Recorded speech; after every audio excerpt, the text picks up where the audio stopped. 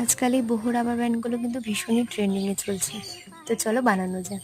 আমি নিয়ে নিয়েছি একটি রাবার ব্যান্ড আর বিভিন্ন কালারের রিলের সুতো আর একটি কেচি। আমি যেহেতু রিলের সুতো ব্যবহার করেছি তাই প্রথমে রিলের সুতোগুলোকে মোটা করে প্যাচ দিয়ে নিয়েছি।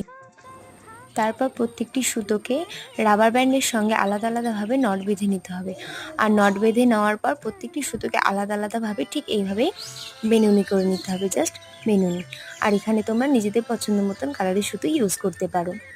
তো আমি এখানে মিনিমাম 6-7 রকমের কালারের সুতো ইউজ করেছি।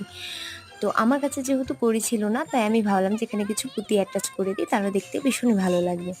যেমন ভাবনা তেমন কাজ, সুই সুতো নিয়ে পুঁতিগুলোকে এক একটার সঙ্গে এইভাবে সেলাই করে শক্ত করে বেঁধে দিলাম।